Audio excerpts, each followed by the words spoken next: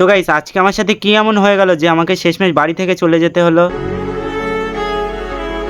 তো চলো গাইস তোমাদের বিষয়টা বুঝিয়ে বলছি। তো গাইস বিষয়টা হলো আজকে আমি সকাল সকাল গিয়েছিলাম কাজে, আর আজকে আমাকে আউটসাইড গুলো পুট্টি ওয়াশ করতে হবে। তাই জন্য ফটাফট করে রেডি হয়ে দোলনায় নেমে পুট্টি ওয়াশটা করতে লাগলাম। তো কিছুক্ষণ এই সাইডটা পুট্টি ওয়াশ করার পরে ফাইনালি এই সাইডটা পুট্টি ওয়াশ করা কমপ্লিট হয়ে গেল। এখন আমাকে ওর পাশের সাইডটা পুট্টি ওয়াশ করতে হবে। তাই জন্য মিস্ত্রি এই সাইডটা পুট্টি ওয়াশ করতে লাগলো। আমি করিনি কারণ ওই সাইডে অনেক কারেন্টের তার আছে। তো যাই হোক এখন আমাকে এই ছাদের প্যারাপিট গুলোকে পুট্টি ওয়াশ করতে হবে। তাই আর দেরি না করে ফটাফট করে পুট্টি ওয়াশ করতে লাগলাম। তো কিছুক্ষণ পুট্টি ওয়াশ করার পরে ফাইনালি এই সাইডের প্যারাপিটটা কমপ্লিট হয়ে গেল। এখন আমাকে এর পাশের প্যারাপিটটাকে পুট্টি ওয়াশ করতে হবে। তাই জন্য এটাকেও পুট্টি ওয়াশ করতে লাগলাম। তো তারপরে এক এক করে সব প্যারাপিট গুলোকে পুট্টি ওয়াশ করার পরে যাচ্ছিলাম বাড়ির দিকে। আর গাইস বাড়ি যাওয়ার সময় দেখো হঠাৎ করে ঝড় উঠেছে। তো এই ঝড়টা থামার পরে আমি যাচ্ছিলাম বাড়ি ছেড়ে চলে, কারণ আমাকে বাড়ি থেকে বলেছে যে আমাকে বিয়ে দেবে না। ये क्या हो गया? ये क्या सुन रहा हूँ मैं?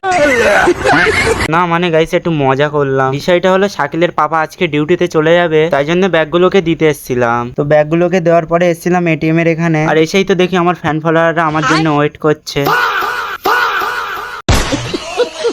বুঝতেই পারছো সেলিব্রিটি মানুষ। যাই হোক আসার কারণটা তাহলে তোমাদেরকে বলি। কারণটা হলো আমার সোশ্যাল মিডিয়া থেকে ফার্স্ট পেমেন্ট এসছে, ওটা তোলার জন্যই এসেছিলাম এটিএম এ। কিন্তু আফসোস 50,000 টাকা মারার পরে আমাকে রিজেক্ট করে দিল।